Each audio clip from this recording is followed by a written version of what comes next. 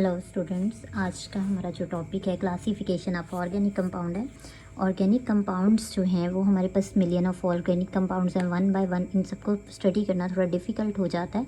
तो हम लोग क्या करेंगे कि इन ऑर्गेनिक कंपाउंड्स को क्लासीफाई कर लेते हैं ग्रुप्स के अंदर। ऑर्गेनिक कंपाउंड की जो क्लासिफिकेशन है ये बड़ा इंपॉर्टेंट टॉपिक है और ये हम लोग आज कवर करेंगे। एक तो इसको हम लोग कवर करेंगे किसके पॉइंट ऑफ व्यू से, कि क्लास के जो एग्ज़ाम्स होते हैं उसके पॉइंट ऑफ व्यू से। दूसरा, आपको पता है एमडी कैट और नीट वगैरह के लिए भी ये इंपॉर्टेंट टॉपिक है, तो उसके लिहाज से भी इसको कवर करेंगे। हमारे पास सबसे पहले ऑर्गेनिक कंपाउंड की दो क्लासेस हैं मेन, एक ओपन चेन और दूसरा क्लोज चेन। ओपन चेन का जो दूसरा नाम होता है वो होगा ए साइक्लिक। ए साइक्लिक का क्या मतलब है कि साइकिल एब्सेंट है, यानी हमारे पास क्या होता है कि जो ऑर्गेनिक कंपाउंड्स ए साइक्लिक होते हैं इनमें जो कार्बन एटम हमारे पास होंगे वो बिल्कुल डायरेक्ट आपस में जुड़े हुए होते हैं, चेन की फॉर्म में होते हैं, ठीक है। और क्लोज चेन में क्या होता है कि ये रिंग की फॉर्म में, यानी फर्स्ट और लास्ट वाला कार्बन जो है ये आपस में इंटरलिंक्ड होते हैं। उसके बाद आपने बताना है कि ओपन चेन को फर्दर हम लोग जो है वो दो कैटेगरीज में डिवाइड करते हैं। ओपन चेन को हम लोग पहले नंबर पे तो डिवाइड करेंगे अरेंजमेंट ऑफ कार्बन एटम के लिहाज से, वो स्ट्रेट चेन हो सकता है या फिर ब्रांच चेन हाइड्रोकार्बन हो सकते हैं। स्ट्रेट चेन में क्या होता है कि सारे कार्बन एटम जो हैं वो इस तरह से स्ट्रेट मैनर में लगे होते हैं, कोई भी कार्बन साइड पे अटैच नहीं होता। और ब्रांच चेन में क्या होता है कि कार्बन एटम आपस में कंबाइन करते हैं और ब्रांच बनाते हैं, ब्रांच स्ट्रक्चर बनाते हैं, यानी कोई कार्बन एटम हमारे पास कहीं साइड पे भी अटैच होता है। उसके बाद नेचर ऑफ बॉन्ड के लिहाज से दो टाइप्स आ जाती हैं, एक होते हैं सैचुरेटेड और दूसरे क्या होते हैं अनसैचुरेटेड। सैचुरेटेड में क्या होता है कि कार्बन जो हैं वो सारे सिंगल बॉन्डेड होते हैं, यानी हमारे पास यहाँ पे sp3 हाइब्रिडाइज्ड कार्बन होते हैं सैचुरेटेड के अंदर। अनसैचुरेटेड में क्या होगा कि यहाँ पे कार्बन कार्बन के दरमियान में अनसैचुरेशन मौजूद है, डबल या ट्रिपल बॉन्ड भी चेन के अंदर कहीं ना कहीं पे मौजूद होता है, इसको अनसैचुरेटेड कहते हैं। उसके बाद आपके पास क्लोज चेन हाइड्रोकार्बन आ जाता है। क्लोज चेन हाइड्रोकार्बन की दो बेसिक टाइप्स आ जाती हैं, होमोसाइक्लिक और हेट्रोसाइक्लिक। होमोसाइक्लिक का जो दूसरा नाम होता है उसको हम लोग क्या बोलते हैं कार्बोसाइक्लिक। मैंने साइक्लिक के बारे में क्या बताया कि पहला और लास्ट वाला कार्बन बिल्कुल फ्री नहीं होते, वो बिल्कुल इस तरह से आपस में लिंक कर रहे होते हैं। अब हम जिसको मर्जी फर्स्ट नंबर दें, और ये देखो 1 2 3, ये फर्स्ट और लास्ट ये दोनों आपस में लिंक्ड हैं, आपस में ज्वाइन कर रहे हैं, तो इसको क्या कहते हैं साइक्लिक कंपाउंड्स कहते हैं। उसके बाद होमोसाइक्लिक आ जाता है जिसे कार्बोसाइक्लिक भी कहते हैं। इसके अंदर जो रिंग होता है वो सारे का सारा कार्बन एटम से मिल के बनता है, यानी रिंग के अंदर कार्बन के अलावा कोई दूसरा एटम मौजूद नहीं होता। होमोसाइक्लिक को फर्दर हम लोग दो टाइप्स में डिवाइड करते हैं, एलिसाइक्लिक और एरोमेटिक। एलिसाइक्लिक का क्या मतलब होता है कि हमारे पास ये जो साइकिल होगा वो 3 या 3 से ज़्यादा कार्बन से मिलके बन रहा होता है। ये 3 कार्बन वाला साइकिल हो गया, इसी तरह से ये 4 कार्बन वाला साइकिल हो गया, तो ये एलिसाइक्लिक कंपाउंड्स होते हैं।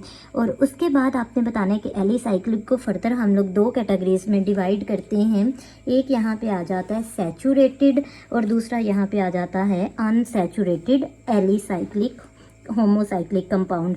अब सैचुरेटेड में हमारे पास क्या होता है कि ये साइक्लो अल्केन्स होते हैं, ठीक हो गया, यानी साइक्लो अल्केन्स, इसको हम लोग क्या कहते हैं सैचुरेटेड कंपाउंड्स। यहाँ पे जो जनरल फार्मूला होगा CnH2n।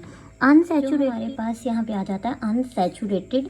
अनसैचुरेटेड के अंदर क्या होता है कि जो अनसैचुरेटेड एलिसाइक्लिक कंपाउंड्स होते हैं ये यूजुअली साइक्लो अल्कीन को कहते हैं, ठीक है। साइक्लो अल्कीन्स हमारे पास होती हैं, ये अनसैचुरेटेड हैं। इनका जो जनरल फार्मूला होगा CnH2n-2, ये जनरल फार्मूला आ जाता है। अगर आप इनमें से किसी की भी एग्जांपल पूछना चाहें, किसी से भी रिलेटेड कोई क्वेश्चन पूछना चाहें तो आप कमेंट सेक्शन में कमेंट करें, आपको आपके क्वेश्चन का आंसर मिलेगा। अब यहाँ पे हमारे पास क्या आ जाता है कि एरोमेटिक कंपाउंड्स आ जाते हैं एलिसाइक्लिक के बाद। एरोमेटिक की भी फर्दर दो टाइप्स हैं। एरोमेटिक में हमारे पास क्या होता है कि कम से कम एक बेंजीन रिंग होगी ना, तो उसको एरोमेटिक कंपाउंड्स कहते हैं। अब बेंजीन रिंग में क्या होते हैं 6 कार्बन होंगे, 6 हाइड्रोजन्स होते हैं, alternate double and single bond होते हैं, 3 हमारे पास यहाँ पे क्या होते हैं डबल बॉन्ड होते हैं, ठीक हो गया। उसके बाद आपने ये बताना है कि हमारे पास क्या होता है कि जो एरोमेटिक है इनको दो ग्रुप्स में डिवाइड करते हैं, मोनोबेंजोइक और पॉलीबेंजोइक। अब मोनोबेंजोइक में क्या है, अंडरस्टूड सी बात है कि एक बेंजीन रिंग मौजूद है, इसको हम लोग क्या कहते हैं मोनोबेंजोइक।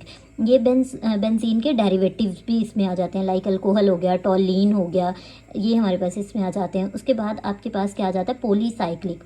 पॉलीसाइक्लिक को फर्दर हम लोग दो ग्रुप्स में डिवाइड करते हैं, आइसोलेटेड और इसके अलावा आइसोलेटेड बेंजोइक कंपाउंड है, और इसके अलावा कंडेंस। कंडेंस का जो दूसरा नाम होता है वो हमारे पास क्या होगा, फ्यूज्ड पॉलीबेंजोइक कंपाउंड।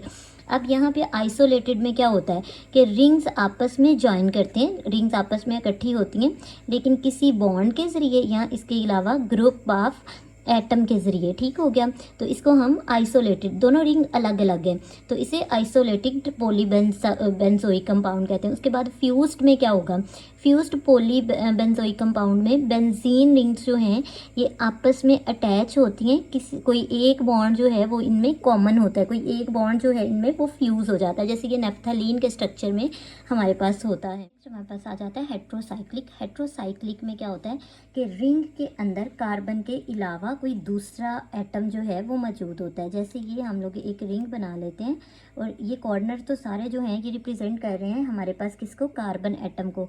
यहाँ पे हम नाइट्रोजन को अटैच कर देते हैं। अब ये देखिए रिंग के अंदर जो है वो कार्बन के अलावा नाइट्रोजन भी मौजूद है, इसको पायराडीन कहते हैं। ठीक है, तो ये आपके पास इसका क्या फॉर्मूला होगा, देखें C5 है, H भी5 है और N भी आ गया। ठीक है, यानी N जो है वो रिंग के अंदर है, बाहर अटैच नहीं है, तो इसको हम लोग हेट्रोसाइक्लिक कहते हैं।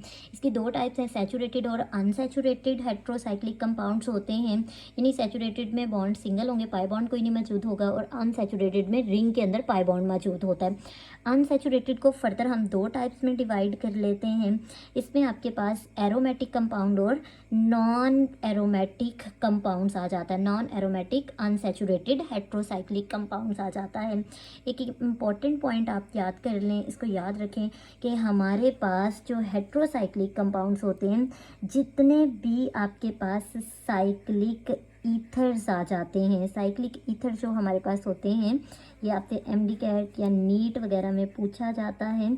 इस चीज़ को जहन में रखें कि ये हमारे पास क्या होता है, साइक्लिक ईथर्स जो हैं उनको हम लोग क्या बोलते हैं, हेट्रोसाइक्लिक कंपाउंड। स्टूडेंट्स, इसके साथ हम एक बड़ा इंपॉर्टेंट टॉपिक पढ़ने जा रहे हैं, फंक्शनल ग्रुप। फंक्शनल ग्रुप में आपको बड़े मज़े से पढ़ाने वाली हूँ, यानी ये बड़ा इंटरेस्टिंग एक वे होगा। आपने सबसे पहले ये बताना है कि फंक्शनल ग्रुप होता क्या है। हमारे पास एटम हो सकता है, इसके अलावा सिंगल एटम हो सकता है। ठीक है, यहाँ पे ग्रुप ऑफ एटम्स भी हो सकते हैं।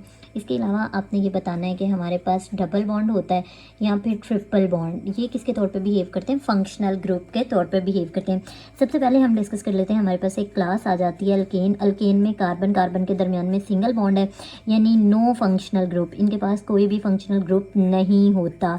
ठीक हो गया, अल्केन का कोई भी फंक्शनल ग्रुप जो है वो नहीं है। अल्केन में से अल्केन है हमारे पास ये, इसमें से आप क्या करें कि अगर एक हाइड्रोजन को माइनस कर दें तो ये अल्काइल रेडिकल में कन्वर्ट हो जाता है। और ये जो हमारे पास बेटे अल्काइल रेडिकल आता है, इसको R से हम लोग डिनोट कर रहे होते हैं। ठीक हो गया, उसके बाद आपने नेक्स्ट ये बताना है कि हमारे पास नेक्स्ट आ जाता है अल्कीन। अल्कीन में क्या होता है कि कार्बन कार्बन के दरमियान में डबल बॉन्ड है, ये डबल बॉन्ड इसका फंक्शनल ग्रुप होता है अल्कीन का। इसके अलावा अगर कार्बन कार्बन के दरमियान में ट्रिपल बॉन्ड होगा तो ये नेक्स्ट क्लास आ जाती है अल्काइंस। अब आपने यहाँ पे ये बताना है कि ये जो हमारे पास अल्काइल रेडिकल है, अल्कीन है और अल्काइंस आ रहे हैं, ये जो सारी क्लासेस होती हैं ये क्या होती हैं कि फंक्शनल ग्रुप जो हैं ये किससे आते हैं, अल्केन से। फंक्शनल ग्रुप, इनके जो फंक्शनल ग्रुप हैं कम फ्रॉम अल्केन, ये अल्केन से प्रोड्यूस होते हैं, अल्केन से डिराइव होते हैं। स्टूडेंट्स, इसमें हम कुछ नए फंक्शनल ग्रुप पढ़ेंगे, यानी अल्केन, अल्कीन और अल्काइन के अलावा कुछ क्लासेस आ जाएंगी। जैसे आपके पास R है अल्काइल ग्रुप, तो इसके साथ अगर हाइड्रोक्सिल ग्रुप अटैच हो जाता है तो हम इसको क्या कहते हैं कि ये अल्कोहल है। इसी तरह से अगर हमारे पास ऑक्सीजन हो फंक्शनल ग्रुप और इसके दोनों तरफ R अटैच हो जाए तो इसको हम लोग क्या कहते हैं, ईथर। यहाँ पे हमारे पास इन दोनों का जो जनरल फार्मूला आ जाएगा वो क्या होता है, CnH2n+2 और ये 7 ऑक्सीजन आ जाएगा। और अल्कोहल के केस में N की वैल्यू जो है वो 1 2 3 एंड सो ऑन हो सकती है, जबकि ईथर के केस में आपके पास जनरल फार्मूला यही रहेगा, लेकिन N की वैल्यू नॉट इक्वल टू 1, बल्कि N जो है वो हमारे पास किससे शुरू होगा, 2 3 एंड सो ऑन। इसी तरह से हमारे पास एल्डिहाइड आ जाता है। इसमें यह है कि ये कार्बोनाइल ग्रुप है। अगर कार्बोनाइल ग्रुप के एक तरफ हाइड्रोजन एक तरफ R अटैच हो जाए एल्डिहाइड बोलते हैं, और अगर आपके पास कार्बोनाइल ग्रुप के दोनों तरफ R अटैच हो जाए तो इसको कीटोन्स कहते हैं। अब इन दोनों का भी जनरल फार्मूला सेम होगा, और इन दोनों में जो जनरल फार्मूला आपके पास आ जाता है वो क्या होता है, CnH2n और ऑक्सीजन आएगा। अब यहाँ पे आपने ये बताना है कि एल्डिहाइड के केस में जो N की वैल्यू होगी वो तो 1 2 3 एंड सो ऑन जाएगी, लेकिन जो हमारे पास कीटोन होते हैं इसमें क्या हमारे पास होता है कि N की वैल्यू जो है नॉट इक्वल टू 1 और ना ही 2, बल्कि कहाँ से स्टार्ट हो रही है, 3 4 एंड सो ऑन। ठीक हो गया।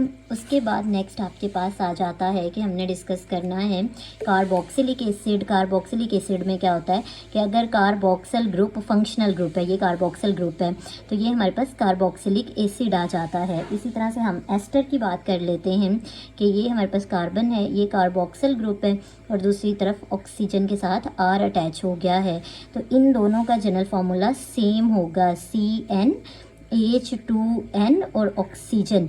ये आपके पास इसका जो जनरल फार्मूला आ गया, तो कार्बोक्सिलिक एसिड के लिए N की वैल्यू 1 2 3 एंड सो ऑन, जबकि जो आपके पास एस्टर होता है इसमें आपने बताना है कि N नॉट इक्वल टू 1, बल्कि N कहाँ से स्टार्ट हो रहा है, हमारे पास 2 3 एंड सो ऑन आपके पास आ जाता है। उसके बाद थायोनोल्स आ जाता है और थायो ईथर आपके पास आ जाता है। इनका बड़ा इंटरेस्टिंग सा कॉन्सेप्ट है। नेक्स्ट हमारे पास थायोनोल्स आ जाता है। थायोनोल्स में क्या होता है कि अगर R के साथ सल्फ़र और हाइड्रोजन अटैच हो जाए तो इसको थायोनोल्स कहते हैं। और अगर हमारे पास क्या होगा कि थायो एस्टर्स में क्या, ईथर्स में क्या होता है कि R है, एस से सल्फ़र और दोनों तरफ R अटैच हो गया तो इसको थायो ईथर्स कहते हैं। सल्फ़र कंटेनिंग कंपाउंड को थायो कंपाउंड्स भी हम लोग कहते हैं। अब अगर हम देखें तो इन दोनों का जो जनरल फार्मूला होगा CN आएगा, और इसके अलावा क्या होता है H2n + 2 और ये साथ S आ जाएगा। ये इन दोनों का जनरल फार्मूला है। अब आपने यहाँ पे बताना है कि थायोनोल्स के लिए हमारे पास N की वैल्यू जो है वो क्या होती है, 1 2 3 एंड सो ऑन, जबकि थायो ईथर्स के लिए हमारे पास N की वैल्यू जो है वो 1 नहीं हो सकती, बल्कि क्या होती है, ये 2 से स्टार्ट होती है, 2 3 एंड सो ऑन। अब ये जो मैंने आपको पेयर वाइज फंक्शनल ग्रुप पढ़ाए हैं, ये जो हमारे पास पेयर वाइज फंक्शनल ग्रुप होते हैं ये क्या होंगे, आइसोमर्स ऑफ ईच अदर। ठीक है, ये आपके पास बड़ा हेल्पफुल है, आइसोमर्स ऑफ ईच अदर। ये अब आपको पता चल जाएगा कि कौन सी क्लास दूसरी क्लास के आइसोमर शो कर रही होती है। ठीक है, ये जितने भी हमने पेयर्स की फॉर्म में इनको अरेंज किया है। इसके अलावा जो हमारे पास ये थायोल्स होता है ना, इसके बारे में बड़ी इंटरेस्टिंग बात बताती हूँ कि थायोल्स में जो हमारे पास जो फंक्शनल ग्रुप है ना, सल्फ़र और हाइड्रोजन, इसको हम लोग क्या कहते हैं, मिरकैप्टो बोलते हैं। इसको मिरकैप्टो क्यों कहते हैं, ये ग्रीक वर्ड से डिराइव हुआ है। हमारे पास जो होगा मिर, इसका क्या मतलब होता है, ये मिर आपके पास आ जाता है, इसका मतलब होता है यानी मरकरी कंटेनिंग कंपाउंड, यानी ये मरकरी आ जाएगा। मर्क्यूरस के साथ इसको रिलेट करते हैं, ये मरकरी आएगा। और कैप्टो का मतलब क्या होता है, कैप्चरिंग, यानी आपके पास क्या होगा, कैप्चरिंग का मतलब क्या होता है कि ये कैप्टो जो डिराइव हुआ है ना, ये कैप्टन से हमारे पास डिराइव हुआ है, यानी कैप्चरिंग। इसका मतलब क्या होता है, स्ट्रॉन्ग बॉन्ड इनका बनता है, ये स्ट्रॉन्गली अटैच होते हैं या स्ट्रॉन्गली बॉन्ड बनाते हैं किसके साथ, मरकरी के साथ। इस वजह से इनको हम लोग मिरकैप्टो भी बोलते हैं। हमारे पास सब कुछ अदर्स फंक्शनल ग्रुप आ जाते हैं जिनमें आपने ये बताना है कि ये आप इनका आपस में पेयर कोई नहीं है।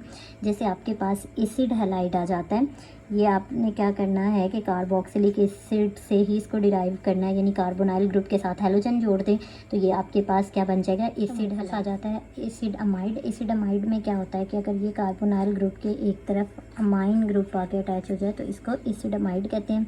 एसिड एनहाइड्रस आपके पास आ जाता है कि 2 कार्बोक्सिलिक एसिड लेंगे और उनमें से वाटर अगर एलिमिनेट हो जाए तो ये हमारे पास एसिड एनहाइड्राइड आ जाता है। अल्काइल अमाइन में क्या होगा कि अगर अल्काइल ग्रुप के साथ अमाइन ग्रुप को अटैच करते हैं तो ये अल्काइल अमाइन है, और अल्काइल हैलाइड में क्या होता है कि अल्काइल के साथ हैलोजन को अटैच कर दें तो ये आपके पास अल्काइल हैलाइड होता है। हमारे पास फंक्शनल ग्रुप्स आ जाते हैं। आई होप सो कि ये आपके पास बेस्ट मेथड होगा फंक्शनल ग्रुप को याद रखने का। और इसके अलावा आप लोगों ने एक काम करना है कि मैं इसके लास्ट पे कुछ क्वेश्चंस ऐड कर देती हूँ MCQs टाइप, जो कि सेल्फ असेसमेंट होगी। आप उसको सॉल्व करके तो उसके जो आंसर होंगे उसको कमेंट सेक्शन में ऐड कर दें, ठीक है। और जो उसके सही आंसर होंगे वो आपको पता चल जाएंगे, ठीक है। Thank you.